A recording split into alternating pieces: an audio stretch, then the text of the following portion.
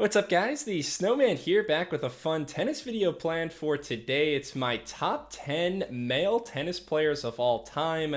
I've made some lists before analyzing the best forehands, backhands, serves, but this is going to be an all-encompassing list. Resume and longevity will matter, but also peak and how great these players were in their primes. Stats and trophies will play a huge role as well. So let's jump into my top 10 list. And quick shout out to guys like Rosewall, Becker, Edberg, Murray. They're just off of my list, and who knows, if I redo this list 7 to 10 years from now, we might see a guy like Carlos Alcaraz as well. But starting off my top 10 with one of 5 Americans on my list, John McEnroe. His 7 major titles, the least of any man I'll mention today, but he was a true superstar in the 80s. Insane ceiling, especially on grass and quick hard courts. McEnroe, the only player to win more than 70 titles in both singles and doubles. Elite net skills and creativity. 4 straight year-end #1 rankings from 81 to 84. Johnny Mac was virtually indestructible when he wasn't launching one of his world-famous temper tantrums. Andre Agassi is my 9th best player. Not even the best tennis player in his own marriage, but an 8-time Grand Slam champion. Some people say he has the best offensive service return of all time.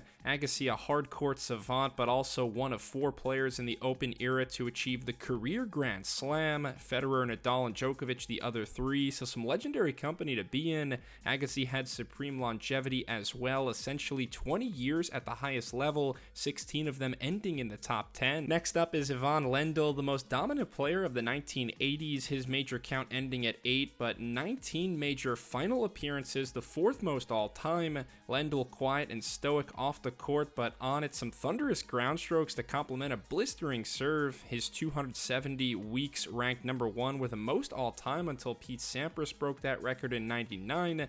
Lendl was clutch against his 2 biggest rivals, McEnroe and Connors. Positive head-to-heads against both of them, including 17 straight wins to end his rivalry with Connors. Speaking of which, let's talk about Jimmy Connors now. He's my #7 player, our 3rd straight man in the 8 major club. His 1974 season, maybe the best of all time. 94-4 overall record, 3 majors in that year, and it could have been 4 if Connors was allowed to play at Roland Garros. A flat baseliner in an era of serve and volleyers, Connors displayed exceptional longevity throughout his career. Over 25 years on the tour, he still holds to this day the all-time record for most singles matches won and the most titles won at 109. Number 6 is the oldest man on my list, the Rocket Rod Laver. Harder to compare some of the numbers from his reign in the 1960s to modern times, but class is timeless. Laver with 11 major titles overall, not 1 but 2 calendar year Grand Slams, including the only one in the modern era in 1969 when he won all 4 majors. Laver likely would have racked up several more majors if they weren't for amateurs only during most of the 60s. He's an icon in every sense of the word. From the Rocket to the Pistol, Pete Sampras kicks off my top 5. His 14 majors won were the most ever at his time of retirement in '02. Didn't have the resume on clay, but Sampras' record at the other 3 majors nearly impeachable. Won 7 of 8 Wimbledons from '93 to 2000. Unbelievably accurate serve and a thumping forehand. Nearly impossible to break his serve in his prime. Sampras has the highest Wimbledon match win percentage ever and an unblemished record in finals at the All England Club. At number 4, this might be a hot take, but I like the Swede Bjorn Borg. 11 majors won over 8 years, but it could have been so much more. Borg retiring in 1983 at the age of just 26, a time when most athletes are still smack dab in the middle of their prime. The guy's win percentages were insane. 49-2 at the French Open, 6 titles there. 51-4 at Wimbledon, 5 consecutive titles there, capped by a 1980 final win over McEnroe in one of the greatest matches of all time. Borg had a peak ELO rating in the 2600s in 1980. Only 2016, Novak Djokovic has a higher measured peak. Top 3 is easy to choose who, just difficult to select the order, but I have Rafael Nadal at number 3. 22 major titles, 14 French Open trophies, including 4 of those where he didn't drop a single set all tournament long. All the other titles, Olympic gold, dethroning Federer at Wimbledon in 2008. Nadal is an absolute legend on all 3 surfaces, but the clay numbers are especially from another planet.